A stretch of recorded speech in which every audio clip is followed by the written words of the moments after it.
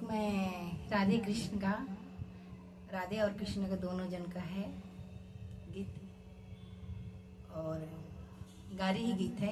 आप लोग सुनिएगा। अगर आप लोग को अच्छा लगे तो लाइक सब्सक्राइब शेयर जरूर करिएगा और कमेंट बॉक्स में जरूर लिखिएगा कि राधे कृष्ण का गारी गीत कैसी लगी। कहाँ केरी ग्वालिन, कहाँ केरी ग्वालिन, बेचत दान दही रे दही। कहाँ केरी ग्वालिन, कहाँ केरी ग्वालिन, बेचत दान दधी रे दधी। कहाँ के कन्हैया, कहाँ के कन्हैया, रोकन मेरो गली रे गली। कहाँ के कन्हैया, कहाँ के कन्हैया, रोकन मेरो गली रे गली। गोकुला केरी ग्वालिन, गोकुला केरी ग्वालिन, बेचत दान दधी रे दधी। गोकुला केरी ग्वालिन, गोकुला केरी ग्वालिन, बेचत दान दधी रे दधी।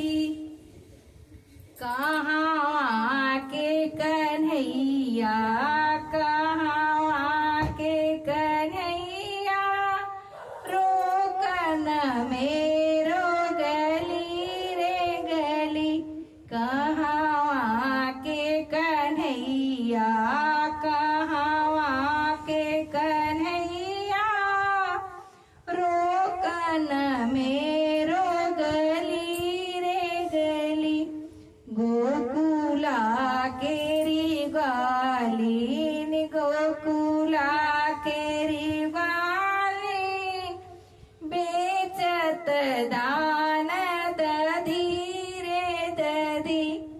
मथुरा के कन्हैया, मथुरा के कन्हैया, रोकन मेरो गली रे गली। मथुरा के कन्हैया, मथुरा के कन्हैया, रोकन मेरो गली रे गली। तोड़ो कदम का पत्ता, तोड़ो कदम का पत्ता, चीखन मेरो दधी रे दधी। तोड़ो कदम का पत्ता, तोड़ो कदम का पत्ता, चीखन मेरो दधी रे दधी। कहिया गईलू गवनवा, कहिया गईलू गवनवा, कहिया जे भैलू लर कोरिया हो।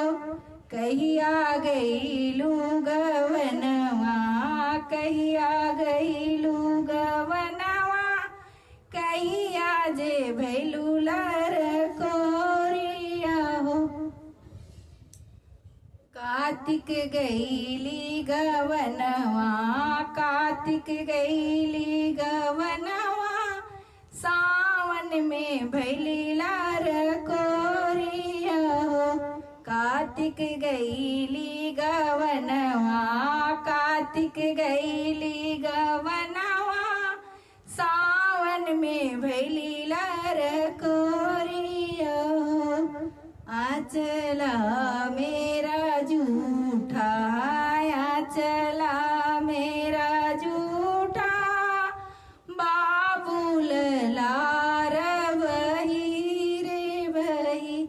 आचरा मेरा झूठा, आचरा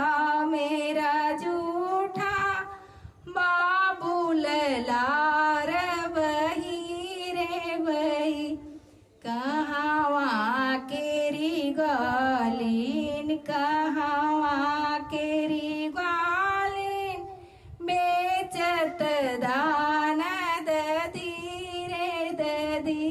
राधे राधे। आप लोग को अच्छा लगे तो लाइक सब्सक्राइब शेयर जरूर करिएगा।